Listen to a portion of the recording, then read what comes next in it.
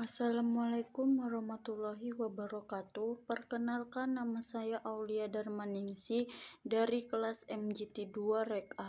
Di sini saya akan menjelaskan materi tentang pengantar manajemen dari pertemuan 9 sampai 15. Pertemuan ke-9 tentang kekuasaan, kewenangan, tanggung jawab, dan delegasi.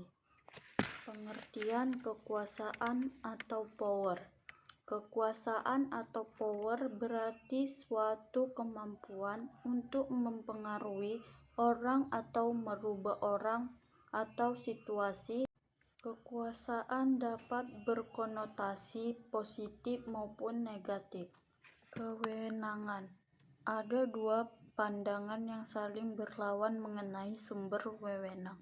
Teori formal atau pandangan klasik menyatakan wewenang adalah diargumenkan karena seseorang diberi atau dilimpahi atau diwarisi hal tersebut.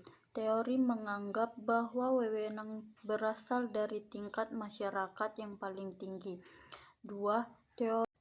Teori penerima menyatakan kunci dasar wewenang ada dalam yang dipengaruhi, bukan yang mempengaruhi.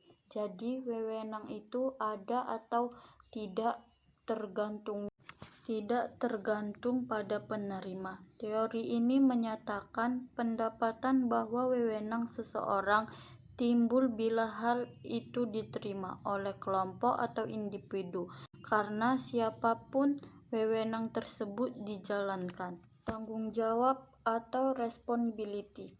Kewenangan dan tanggung jawab. Manajer yang diberi wewenang menyadari terhadap tanggung jawab dalam setiap kewenangan dan menjalankan tanggung jawab tersebut. Kewenangan vs tanggung jawab. Manajer yang diberi wewenang menyadari terdapat tanggung jawab dalam setiap kewenangan dan cenderung menghindari dari tanggung jawab tersebut. Pertemuan ke-10, 12, dan 14 yaitu mengerjakan soal-soal. Pertemuan ke-11 yaitu motivasi dan kepemimpinan. Motivasi dan kepemimpinan. 1. Mengetahui peran motivasi dan kepemimpinan dalam organisasi, khususnya dalam fungsi pengarahan. 2. Mengetahui konsep-konsep yang terkait dengan teori motivasi dan kaitannya dengan perilaku tenaga kerja dalam organisasi. 3. Mengetahui konsep-konsep mengenai kepemimpinan dan kaitan dengan perilaku manajer dan bawahan dalam organisasi. 4. Mengetahui isu-isu kontemporer seputar motivasi dan kepemimpinan dalam organisasi dan perusahaan.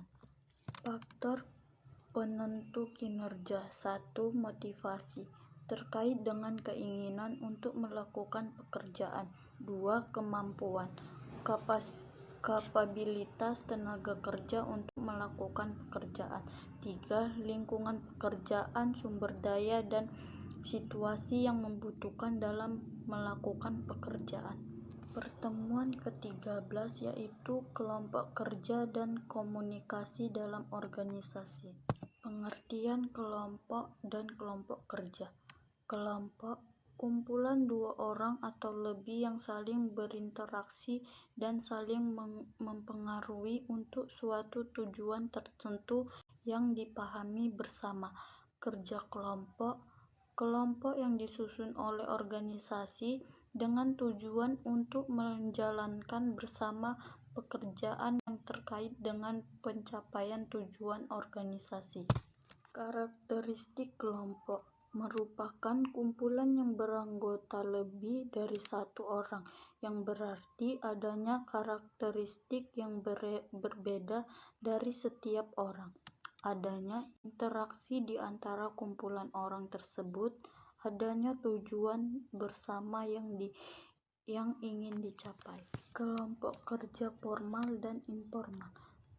Kelompok kerja formal adalah kelompok kerja yang dibentuk atau disusun secara resmi oleh manajer di mana kelompok kerja tersebut diberikan tugas dan pekerjaan yang terkait dengan pencapaian tujuan organisasi. Kelompok kerja informal. Kelompok kerja tersusun dengan kesendiriannya ketika beberapa anggota dari organisasi yang ketinggiannya biasanya tidak terkait langsung dengan rencana-rencana rutin dari organisasi, namun secara tidak langsung akan mempengaruhi kinerja dari orang-orang dalam organisasi. Pertemuan ke-15 yaitu manajemen konflik. Penyebab konflik. A. Faktor manusia. 1. Ditimbulkan oleh atasan terutama karena gaya kepemimpinannya. 2. Personil yang mempertahankan peraturan-peraturan secara kaku. B. Faktor organisasi. 1. Persaingan dalam menggunakan sumber daya. Apabila sumber daya baik berupa uang, material, atau saran lainnya terbatas atau dibatasi, maka dapat ditimbul persaingan dalam menggunakannya. Ini merupakan potensi terjadinya konflik antara unit atau departemen dalam suatu organisasi. Mengatasi konflik. Mengatasi dan menyelesaikan suatu konflik bukanlah suatu yang sederhana. Cepat tidaknya suatu konflik dapat diatasi tergantung pada kesediaan dan keterbukaan pihak-pihak yang bersangkutan untuk menyelesaikan konflik. Berat rintangannya, bobot atau tingkatan konflik tersebut, serta kemampuan campur tangan atau intervensi pihak ketiga yang turun berusaha mengatasi konflik yang muncul. Itulah yang saya dapatkan dari pertemuan 9 sampai 15. Mudah-mudahan apa yang saya sampaikan dapat diterima. Saya akhiri. Assalamualaikum warahmatullahi wabarakatuh. Terima kasih.